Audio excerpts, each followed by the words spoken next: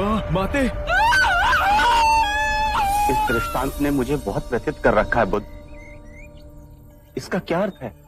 मुगलाना, जब तुम्हारी माताश्री जीवित थी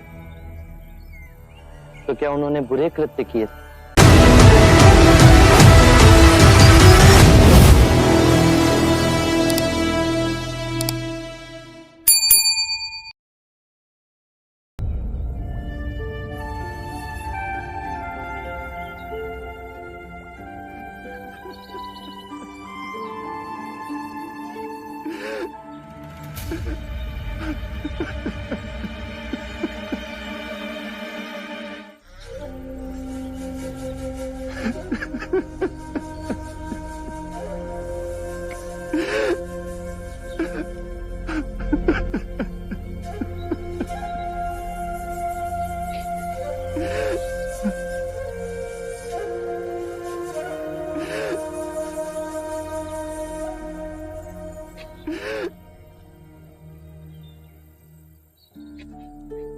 मुगलाना,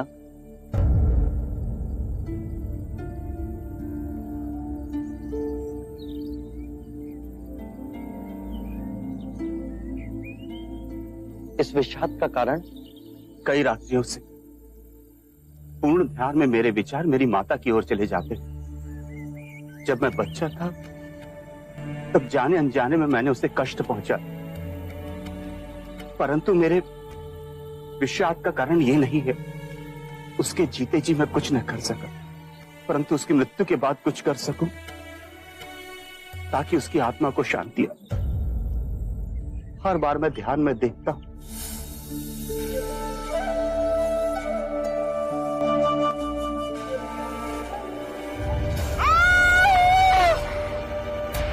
माते।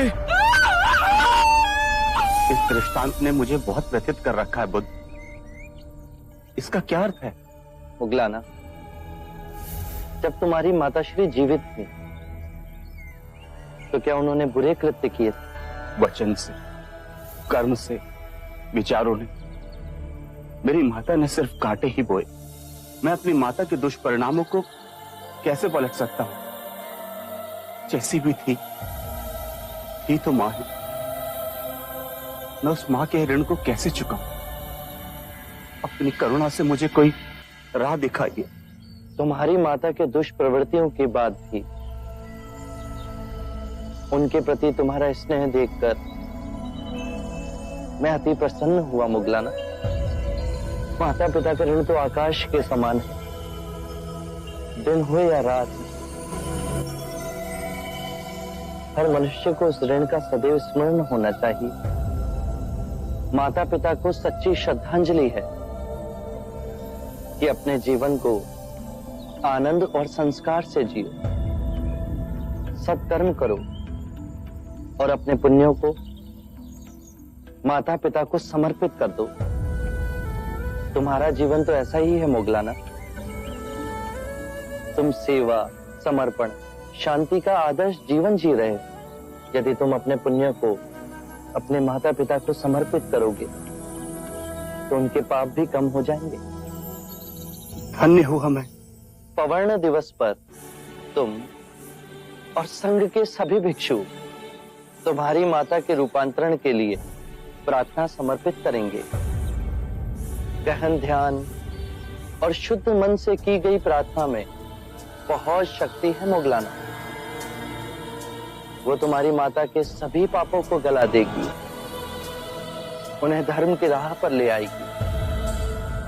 हम एक मुक्ति समारोह करेंगे जहां संघ के सभी भिक्षु अपने माता पिता के रूपांतरण के लिए प्रार्थना करेंगे, चाहे वो जीवित हो या मृतक। करुणा के सागर है, सबके लिए निरंतर चिंतन। एक दिया असंख्य दियों को प्रज्वलित करता है मुगलाना। उससे दीपक का प्रकाश घटता नहीं अपितु और बढ़ता है। आनंद बांटने से बढ़ता है।